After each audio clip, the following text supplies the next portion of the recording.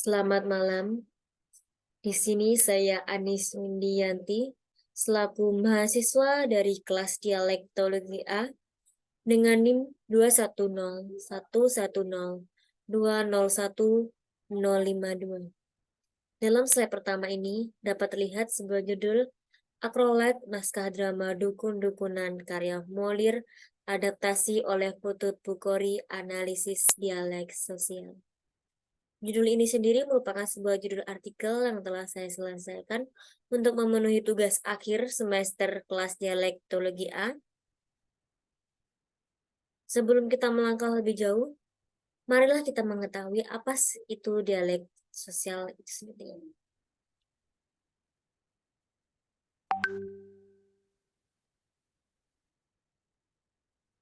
Di slide yang berikutnya, pada slide ini, dialek sosial diartikan sebagai salah satu jenis dialek digunakan oleh anggota masyarakat yang memiliki persamaan kelas sosial. Ditulis oleh Uti Darmawati halaman 27. Yang mana dialek sosial ini sendiri memiliki sebuah faktor-faktor dalam kemasyarakatan, antara lain faktor status sosial, tingkat pendidikan, pekerjaan jenis kelamin, umur, ekonomi, lingkungan masyarakat, dan faktor kemasyarakatan lainnya. Dalam dialek sosial ini sendiri terdapat banyak sekali jenis-jenisnya, antara lain jenis verbal, disolek, isolek, dan akrolek. Dalam kali ini, seperti judul yang telah dipaparkan pada awal, kita akan membahas tentang akrolek. Selanjutnya, kita akan mengetahui apa akrolek itu sendiri. Di sini disebutkan akrolek merupakan salah satu bagian dari dialek sosial yang memuat variasi bahasa lebih tinggi atau bahasa bergengsi daripada bahasa variasi sosial yang lainnya. Masih dalam Uti Darmawati halaman 27. Yang mana dapat diartikan, akrolek ini adalah tingkat bahasa yang tinggi dalam suatu tatanan bahasa tertentu. Sepertinya contohnya dalam tata krama bahasa Jawa terdapat krama inggil, krama alus yang dianggap sebagai tata bahasa tinggi atau bergengsi, lebih bergengsi daripada bahasa ngoko. Selanjutnya terdapat sebuah data yang saya ambil dari naskah dukun-dukunan itu sendiri.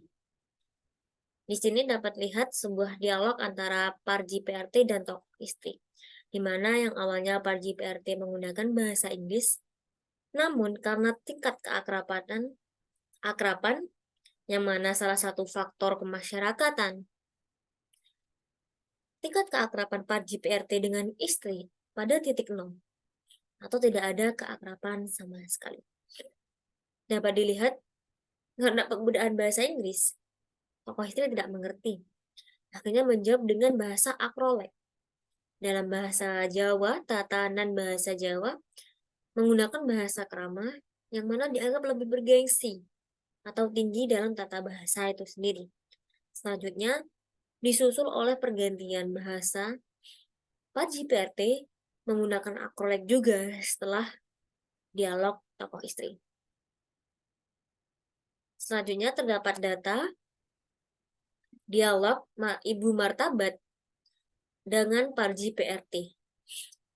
Di sini terdapat faktor sosial yang melandasi akrolek ini sendiri, penggunaan bahasa yang lebih tinggi oleh Parji PRT kepada Ibu Martabat. Perbedaan kelas sosial dan ekonomi antara Parji PRT dengan Ibu Martabat sangat terlihat, di mana Ibu Martabat ini sebuah majikan atau seorang majikan dari Parji PRT ini sendiri berkecukupan secara faktor ekonomi lebih dari Parji PRT, sehingga dia mampu mendapatkan kelas sosial lebih tinggi dari Parji PRT yang dia pekerjakan sebagai seorang pembantu rumah tangga.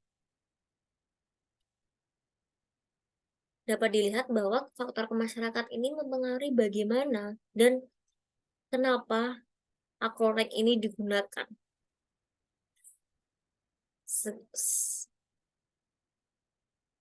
Sekian dari pemaparan saya. Apabila ada salah-salah kata, saya mohon maaf. Saya akhiri. Terima kasih banyak. Selamat malam.